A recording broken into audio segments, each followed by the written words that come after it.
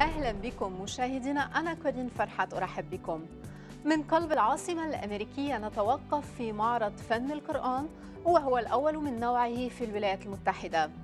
المعرض من تنظيم Freer and Sackler Gallery of Art التابع لمؤسسة سميثسونيان، ويقام بالتعاون مع متحف الفنون التركية والإسلامية في إسطنبول، ويضم أكثر من 60 مصحف ومخطوطة لنص قرآني كتبت بين القرن السابع ميلادي، أي القرن الأول للهجرة، والقرن السابع عشر ميلادي.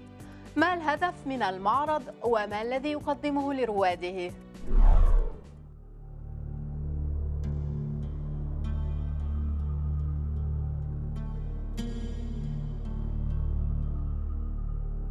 It is our hope that the exhibition brings new ideas to people. The title of the exhibition is The Art of the Quran, Treasures from the Museum of Turkish and Islamic Art. So why, you're wondering, are we doing a major exhibition on manuscripts of the Quran? The Freer Sackler is a museum located on the National Mall. It's part of the Smithsonian's federally funded institution. We are the nation's Museum of Asian Art.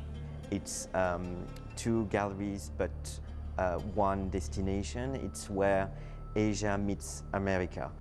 So we have an extraordinary opportunity to present material that's never been seen in the United States. These are Qurans produced over a millennium from North Africa to Afghanistan that are a great expression of faith and a superb illustration of artistry.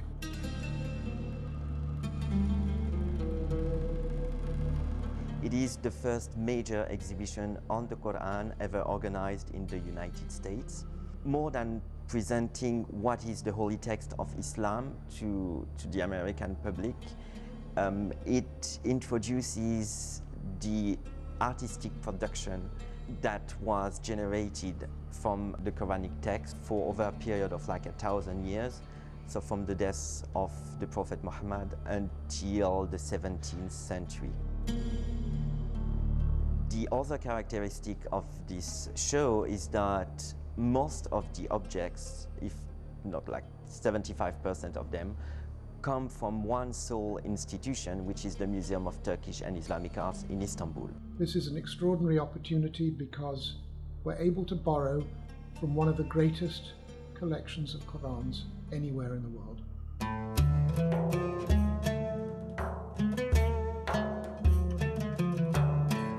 So we have on display in the exhibition about 70 manuscripts or loose leaves of the Quran.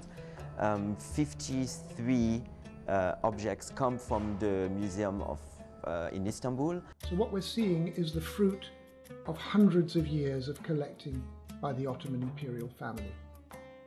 The very best Qurans ever produced. And the rest belong to the Freer and Sackler collections.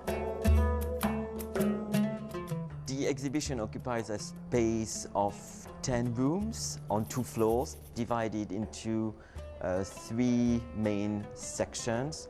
The first one introducing what is the Quran and what are the main topics of the Quranic text. The second section, which is quite large, deals with this idea of how the Quran came into shape and how calligraphy and illuminations were developed throughout the ages. And the last section deals with this idea of commissioning lavish copies of the Quran and how they were eventually collected and endowed by the Ottoman elites.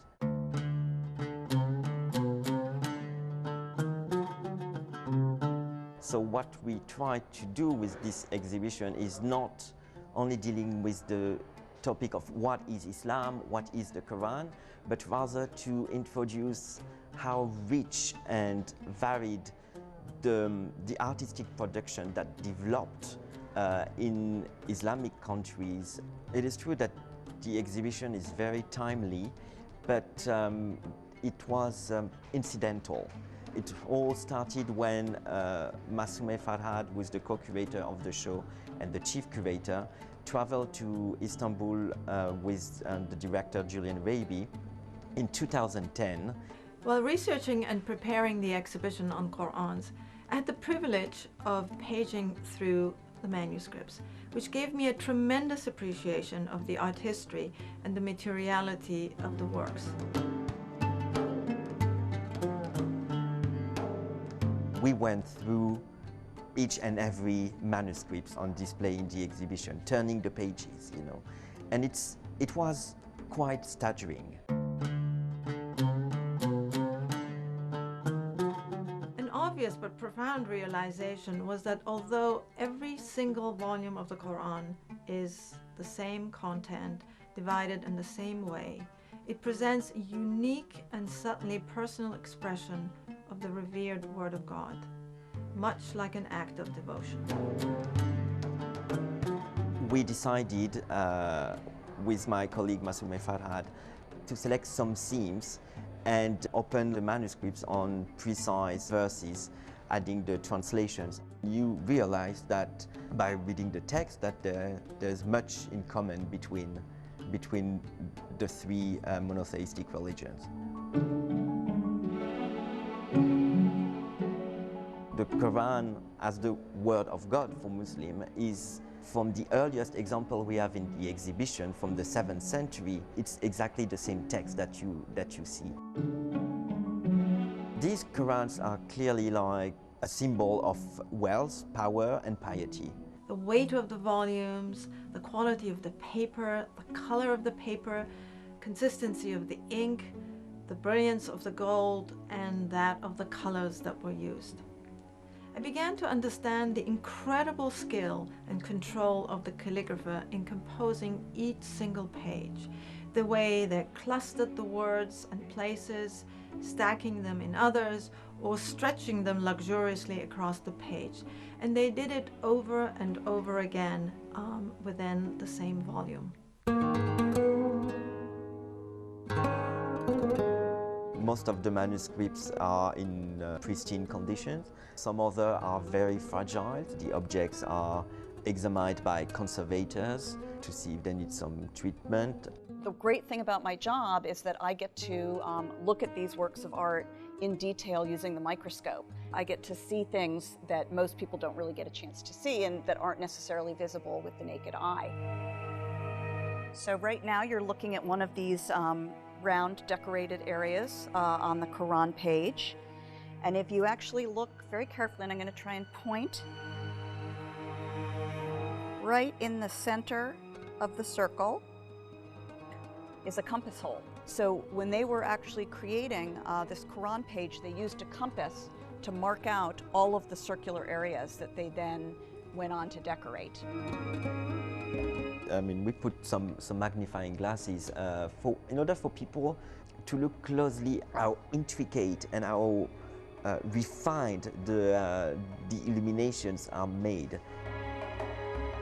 A lot of these areas you'll see have gold on them, and gold is one of the design elements that I've become really fascinated with in looking at and working with these Quran pages. The function of illuminations, of course, they're used to beautify the Word of God.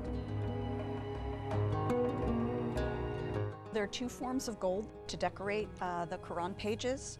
The first one is called gold leaf, and that's made from pounding a chunk of gold for hours until you create this really thin gold leaf. The other form of gold that's used is you actually can take the gold leaf and then turn it into gold paint. And the way you do that is you put the gold leaf with water and honey in a bowl, actually sort of grind it with your hand until you wind up with a little pot of gold paint.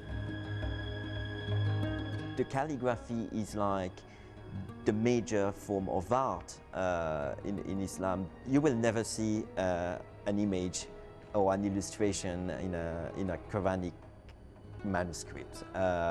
You know, the Quran itself prohibits the use of images for the believers or for the worshippers. Decoration is only based on geometry and vegetation, I would say.